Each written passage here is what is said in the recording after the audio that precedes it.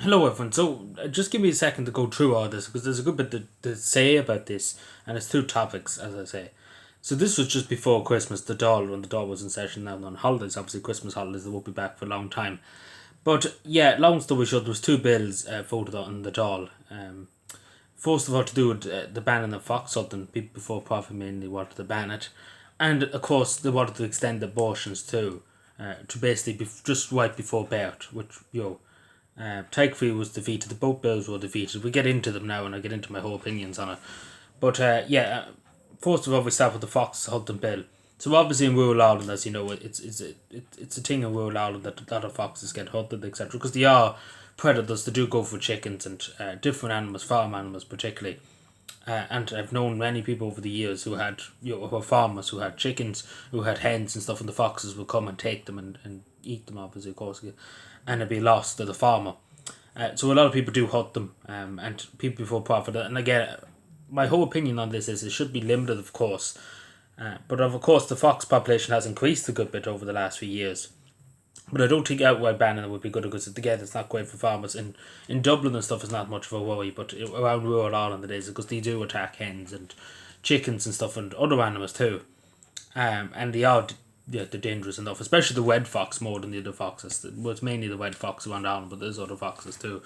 But yes, that was defeated in the Dáil. Now, a lot of people too in Ireland, and I'm sure we would agree, that I don't want to see animals getting hunted, over the top hunted. What I mean by that is constant hunting of animals. Nobody wants to see that. But it is needed, unfortunately, in rural Ireland, and I agree with you that it is cruel, but it's the fact of the matter that they do attack livestock, etc. We have to we couldn't have that going unchecked, and especially if a huge increase in the population of foxes, you couldn't just have that going on. But that's just my opinion. But as I say, I would like to limit it as much as possible. But unfortunately, with especially the population growing of foxes, there's no limiting, unfortunately. But moving on to the abortion bit of it. So it was only defeated by two votes. Imagine this, and again, it was insane. People for profit wanted to push it. Now, when the abortion referendum happened in Ireland a few years ago, we were told at the time, and the majority of Irish people did vote for it. So, in fairness, they did.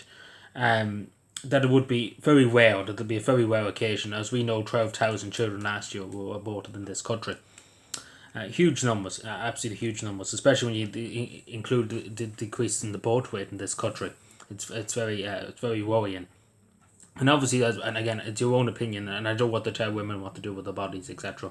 But it's deeply held belief for me, being pro-life, and I've always been all my life, that we should we should treat particularly unborn babies with respect, because they are human beings, in my opinion. And I think I take it to the grave. I don't think that opinion will ever change, regardless of what happens.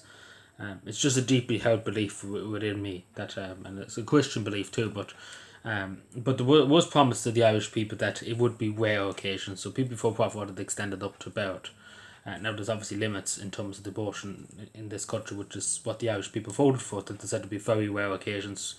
It wouldn't be as many as they said it would. It would be only about 1,000 or so, I think, give or take. I think what was said at the time. It'd be very rare. It wouldn't happen every day of the week. But obviously 12,000 is not very well. But we do have to look at it, and of course, there's many issues. As I say, there's people that was actually abused, etc., by partners, raped, etc., etc. We had to look at them stuff, because that them their cases and other cases too. But it's a long, long topic. But I do say, and this is the thing about it, is that the majority of the TDs cared about foxes more than the babies in a way, and I think that's very worrying. It is very, very worrying, considering the bill was defeated by 124 to 24 in the Dáil, the Fox bill, and then the one with the abortion was only defeated by two. So it just goes to show you.